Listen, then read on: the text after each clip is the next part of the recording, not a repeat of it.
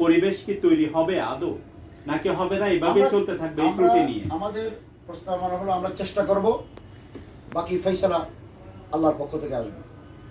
এবং এদেশের জনগণ, মেজরিটি জনগণ যদি চায় তাহলে সংস্কার করা সম্ভব।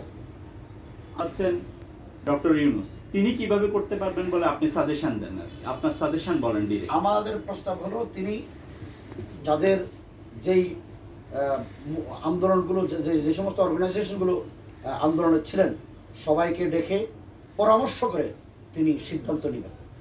তার সিদ্ধান্ত হলো চূড়ান্ত সিদ্ধান্ত। আপনার কি দেখে মনে হচ্ছে যে সেই ধরনের ঘটনা ঘটা সম্ভব, সেই ধরনের কোনো সম্ভাবনা কি আপনি দেখতে পাচ্ছেন? আমি অবশ্যই দেখতে পাচ্ছি।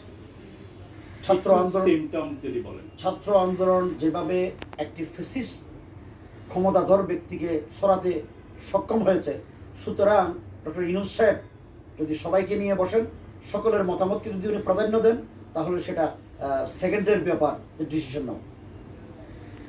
তাকে উদ্যোগ নিতে হবে, সবাইকে নিয়ে সবার মতামতকে গ্রহণ করতে হবে, এবং এই অভ্যুত্থানের যারা নায়ক, অভ্যুত্থানের যাদের অবদান, তারা যদি একমত হন সবাই, এবং ডক্টর ইউনূস সাহেব যদি সিদ্ধান্ত নেন, তাহলে সংস্কার করাটা সময়ের ব্যাপার। আমরা জানি 5ই মে 2013 হেফাজতের সাথে তৎকালীন ফ্যাসিস্ট সরকারের একটা বড় ধরনের কনফ্রন্টেশন, একটা যুদ্ধ, একটা ঐতিহাসিক ম্যাসাকার, ব্ল্যান্ডার, একটা ডার্ক নাইট ঘটে গেছে। আর 2024-এ এসে ছাত্ররা একটা মুক্ত বাংলাদেশ আমাদেরকে উপহার দিয়েছে। এই যে দুইটা আন্দোলন, এই দুইটা আন্দোলনের হিস্টোরিক্যাল কনটেক্সটে পার্থক্যটা কোথায়? কি কারণে হেফাজত তখন ফেল করছিল? এক ধরনের ফেল, আমি চূড়ান্ত অর্থে তো ফেল করে নাই, সেটার ধারাবাহিকতাই তো আজকের বিজয়, তাই না? সেটা আপনি আদৌ মনে করেন কিনা যে সেই ধারাবাহিকতায় বিজয়?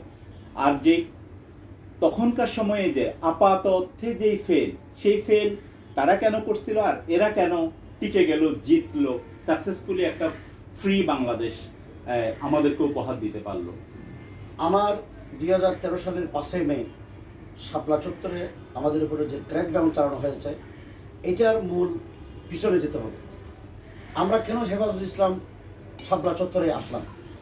মূল কারণ হলো শাহবাগে যারা গণজাগরণ মঞ্চের নামে একটা হিন্দুত্ববাদী, আধিপত্যবাদী শক্তির এজেন্ট হয়ে এদেশের জনগণের, ধর্মের, এদেশের মানুষের অধিকারকে ক্ষুণ্ণ করে সরকারের বিকল্প একটি সরকার কায়েম করে এদেশকে ভারতের হাতে যারা তুলে দিতে চেয়েছিলেন, দেশের স্বাধীনতা সার্বভৌমত্বকে যারা নষ্ট করে, ধ্বংস করে, যারা এখানে আরেকটা দেশের এখানে অঙ্গরাজ্য পরিণত করার চক্রান্ত করেছিলেন, হেফাজত ইসলামের নেতা কর্মীরা, আল্লামা আহমদ শফি রহমতুল্লাহর নেতৃত্বে আমরা এই আধিপত্যবাদী, আগ্রাসনবাদী শক্তিকে পরাজিত করার জন্যে, তাদেরকে প্রতিহত করার জন্য আমরা মাঠে নেমেছিলাম। আমি মনে করি হেফাজত ইসলাম কোনো ফেল করে নেই।